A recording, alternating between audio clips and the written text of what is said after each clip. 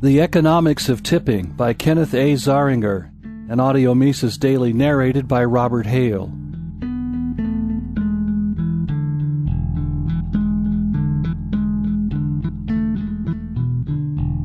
My dinner companion sounded indignant. "It's a shame we have to tip the waitress," she said.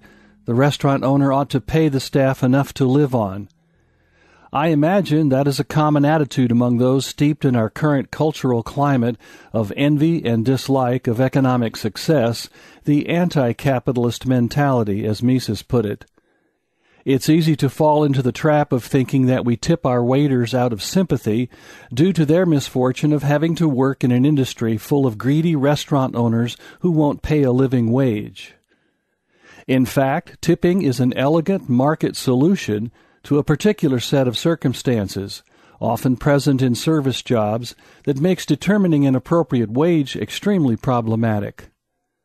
The practice of tipping used to be more common, applying to many more service positions than at present, when it is largely restricted to waitstaff and skycaps. Part of the reason for its partial demise is just the wandering course of economic change, but many jobs that used to be paid primarily by tips came to be covered by minimum wage legislation and simply disappeared. So why do we tip? At first glance, it seems rather odd that a waiter should be paid by two different people, employer and customer, for the same job. But in fact, we as tipping customers are paying for a very different aspect of the waiter's job than is the employer. The restaurant owner needs a way to get the customer's order to the kitchen and the food out to the customer. Most anyone who can walk a straight line and operate a pencil can perform that task.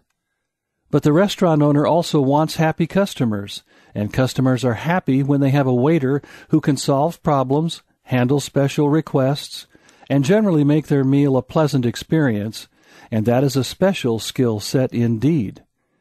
Coordinating these two different and not closely connected aspects of the job is what tipping is all about. Information asymmetry. The employer wants happy customers, but he has a twofold information problem. As a practical matter, it is difficult for him to observe interactions between waitstaff and customers. In addition, the customer's expectations asymmetry regarding the quality of service are impossible to observe. This is further complicated by the fact that staff members are heterogeneous. They are different in terms of skill levels, personalities, and other characteristics that affect the customer's experience of quality service. This is further complicated by the fact that staff members are heterogeneous. They are different in terms of skill levels, personalities, and other characteristics that affect the customer's experience of quality service. Thus, the employer doesn't have the information he needs to arrive at an appropriate wage for each member of his staff. The customer, however, is a participant in these interactions, and as such has as complete information as is humanly possible. If the customer pays the server directly for that aspect of the job, the decision of the appropriate pay is made by the person with the most information about job performance. Incentive alignment. Employers generally want their employees to give their best, and presumably are willing to pay for that. However, the aforementioned information problem inhibits his ability to do so. Ideally, tips make the server's compensation directly proportional and immediately responsive to the quality of service provided. This aligns the employee's incentives with the employer's. Both now want to provide high-quality service to the customer, each for their own benefit. Risk sharing. Hiring a new employee entails risk. For the new employee, there is the risk that the job may not turn out as he had hoped. It could turn out to be a dead end with no future or unsatisfactory in innumerable other ways. The employer, however, has a financial risk.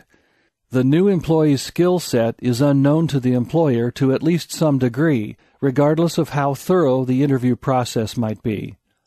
There is even more uncertainty with an inexperienced new hire.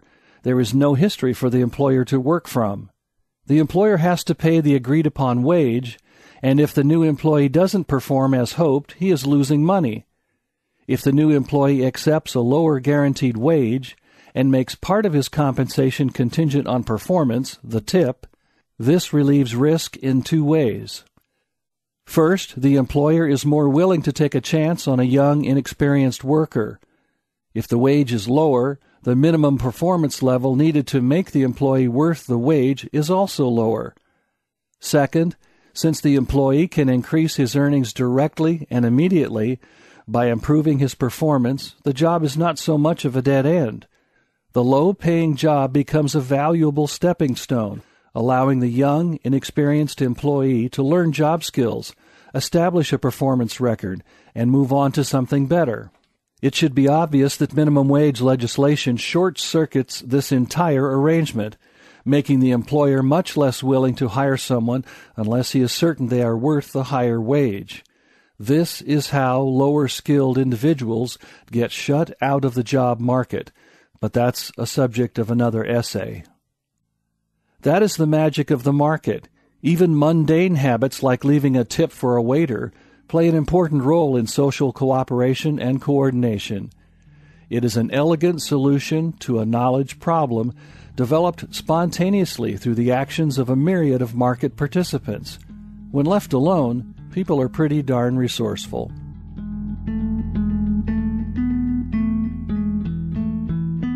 The Mises Institute hopes you have enjoyed this audio Mises Daily. For a world of free market literature, media, and discussion, visit Mises.org.